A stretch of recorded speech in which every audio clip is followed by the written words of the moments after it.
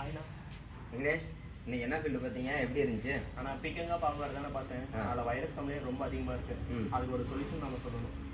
ஓ, பீக்கங்காய் பாவக்காயில் virus complaint. Okay, சொல்கிறேன், தெரிஞ்சுக்கோ, நீங்களும் தெரிஞ்சுக்கோங்க.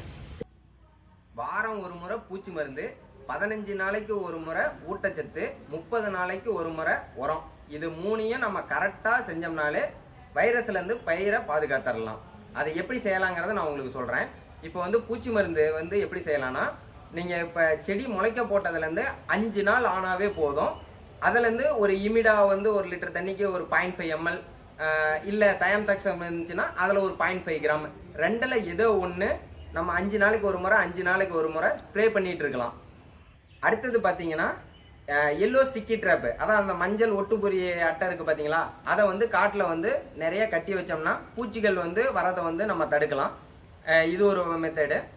அடுத்தது பார்த்தீங்கன்னா உரம் எப்படி கொடுக்கலான்னு பார்த்தீங்கன்னா, ஒரு நம்ம செடி வச்சதுலேருந்து ஒரு 15ஆவது நாள் ஒரு உரம் கொடுப்போம். ஒரு 20-20 வச்சுக்கோங்களேன். 20-20 ஒரு மூட்டை போடுறோம்னா அதுக்கு ஒரு 30% பொட்டாஸ் சேர்த்துக்கணும். நம்ம எப்படின்னா ஒரு 10 கிலோ 20-20 போடுறோம்னா ஒரு 2லேருந்து 3 கிலோ பொட்டாஸ் சேர்த்து நம்ம பயிருக்கு கொடுக்கணும்.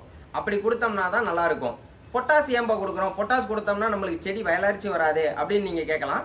பொட்டாஸ் நம்ம அளவாக தான் கொடுக்குறோம். அதனால் நமக்கு பயிரோட வளர்ச்சிலாம் ஒன்றும் நமக்கு பெருசாக பாதிக்காது. பொட்டாஸ் போடுறதுனால நம்மளுக்கு செடி நல்லா மொத்தமாக வரும். அது நமக்கு ஒரு நல்ல பெனிஃபிட் இருக்கும். நம்ம பொட்டாஸ் ஏன் போடுறோன்னா, பொட்டாஸ் போடுறதுனால செடியோட இம்யூனிட்டி பவர், அதாவது நோய் எதிர்ப்பு சக்தி நம்மளுக்கு பயிருக்கு அதிகமாக கிடைக்கும். அதுக்காக தான் நம்ம பொட்டாஸ் கொடுக்க சொல்கிறோம்.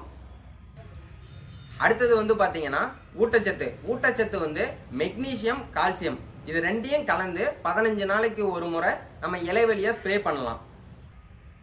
நம்ம மெக்னீசியம் ஏன் கொடுக்குறோன்னா, அங்கே குளோரோஃபில்லை அதிகப்படுத்தும். செடிக்கு குளோரோஃபில் அதிகப்படுத்தும். போட்டோசிந்தசிஸை நல்லா நடக்கும். அதனால் உங்களுக்கு பயிர் நல்லா பசுமையாக வரும், நல்லா ஆரோக்கியமாக இருக்கும், எதிர்ப்பு சக்தியோடையும் இருக்கும். அடுத்தது பார்த்தீங்கன்னா கால்சியம் ஏன் கொடுக்குறோன்னா, செல்வால் திக்னஸ் ஆக்கும். அதாவது செல்வாலை நல்லா திக்னஸ் ஆக்கும். இதனால் ஒரு பூச்சியோ நோயோ பார்த்தீங்கன்னா அந்த பயிருக்குள்ளே ஈஸியாக உள்ளே போயிட முடியாது.